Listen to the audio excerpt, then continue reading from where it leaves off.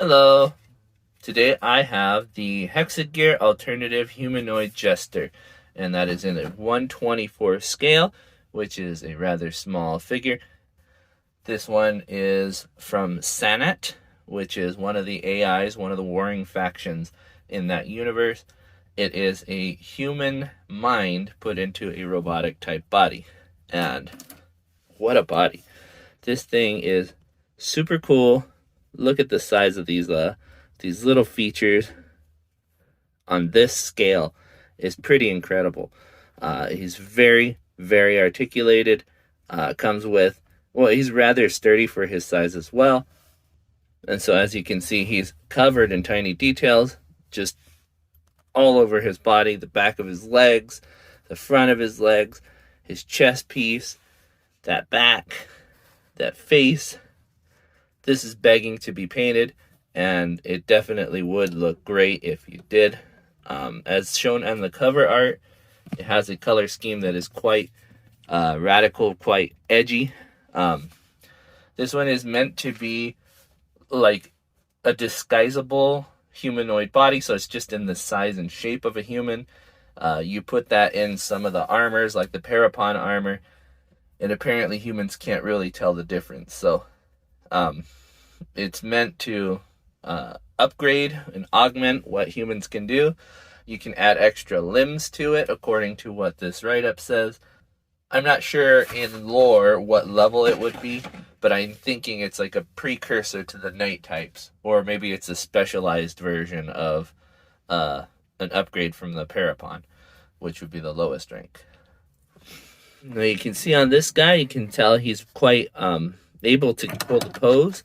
They do have small feet, so you're going to have to balance those very carefully, but he's very, very flexible. And let me go ahead and show you what it has in terms of articulation. So, let me get this light back up here. So on the head, you get the ball joint, typical ball joint movements, whichever way you need to turn it, you can do. So it's two pegs that plug into the back and the front of the chest, and that lets you rock that neck a little bit, but it is a ball joint on the top, and you can spin him around, do whatever you need him to do. Yeah, see, there it is. Your shoulder is also a ball joint, but there is, let's see if I can pull that off. There is some more jointing in here, so this shoulder goes up and down inside, and it can also move forward and back quite a bit. And so you get a little bit more flexibility there. That pegs onto this socket, so you get the ball and socket joint, which lets you turn it 360 degrees any way you need to do. You can lift up quite a bit without snapping it off. They say that, and then it doesn't let me. So yeah, you get a nice T-pose if you need to. I knocked something off. Oh, it's that knee armor. I'll go over that in a little bit. So you get an elbow, just a simple bend at the elbow, but it goes quite a bit more than what a human's natural range would be, which is fine because this is a robotic body. And you get these, which are very unfortunate ball joints in a very soft material. I think it's palm. It might just be rubber though. These ones are notorious for coming apart, but they're doing the job very well right now because they're not holding anything. Interior to this, you get a peg that plugs into the upper body, and that peg has quite a range of motion. And then inside here, there's also another peg which connects to the bottom, and that one is responsible more for the crunch type motion. So we'll go ahead and plug this back on. There we go. See if I can get the lower hips off. Nope. Okay, so he's going to want to stay together for now. I got one of the legs off on accident, but you'll see that happens quite often with these 24 scale kits.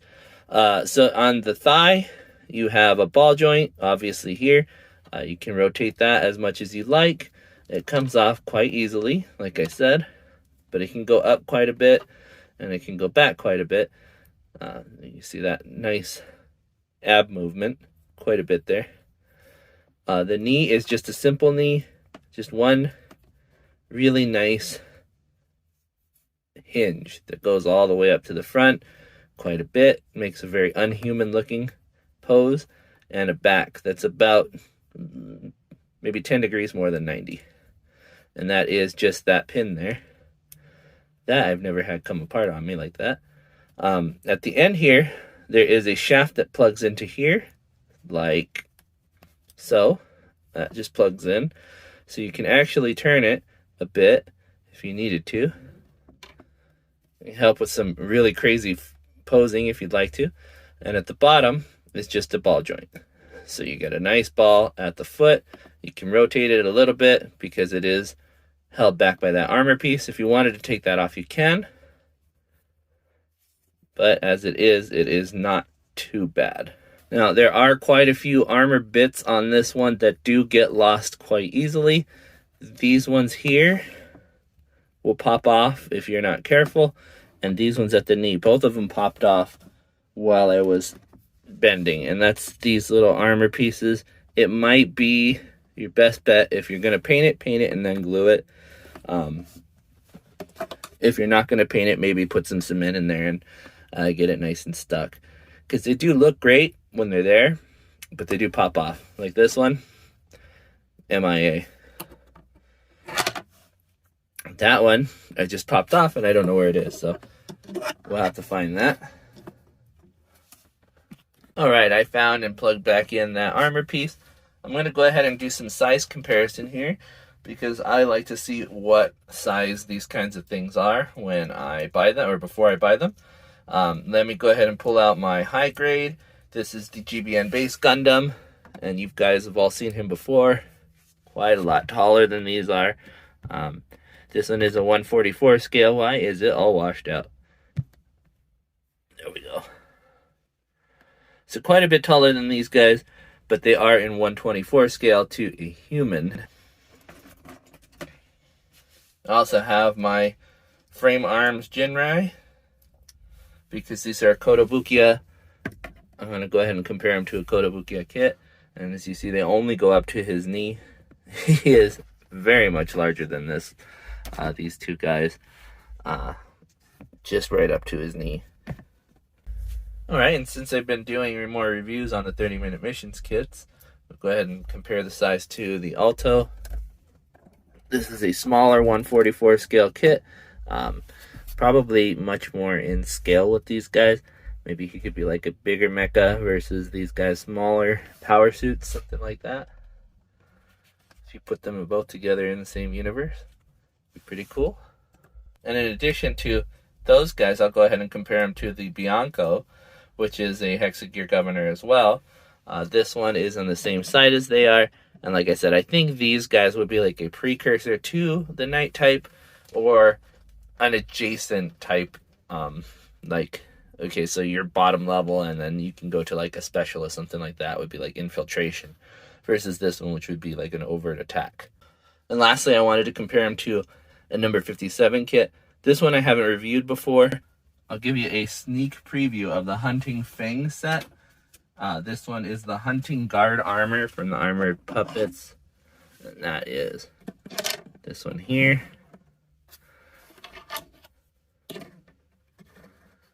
So the Hunting Guard armor makes him a little bit taller than these little Senate guys.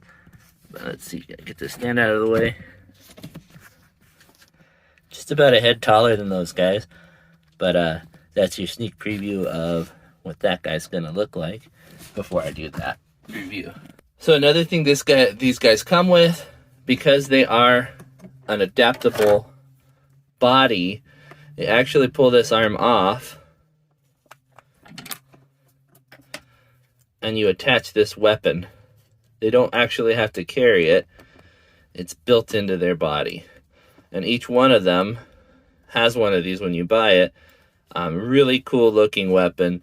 So it's like a gun blade, almost like a pistol blade. Very cool looking. And that just plugs right into their wrist joint. Or not wrist joint, but their arm joint. And it replaces their arm. Quite a cool looking piece. I think it really adds to the aesthetic of this gunmetal looking guy. These definitely do want some paint though. I've heard the alternative sets like this are more for beginners in the Hexa Gear line, and it shows. Very simple, one color. The construction is a lot sturdier than the other governors, in my opinion, but it still has some of the issues of things popping off. It's definitely not a bad one to start with, and it's a really cool looking unit. I recommend you buying one. They are one of the cheaper Hexa Gear kits. I bought them at $16 each. I think you can get them for a little bit less, but they're probably going to be more because I bought them a while ago. Any of these Hexa Gear kits are going to be a win in my book. They are on the expensive side, but Kotobukiya itself is on the expensive side. Hopefully you can find one on sale that would be better for you, for your wallet. But I will always recommend buying some of these if you have the chance. I'm a big fan of figures, of characters like this, and especially with some of the lore that comes with these little guys, it's a lot of fun. So with that said, I'll go ahead and say thank you very much for watching. I will see you guys next time, or you'll see me, but more than likely you'll see my stuff. Bye-bye.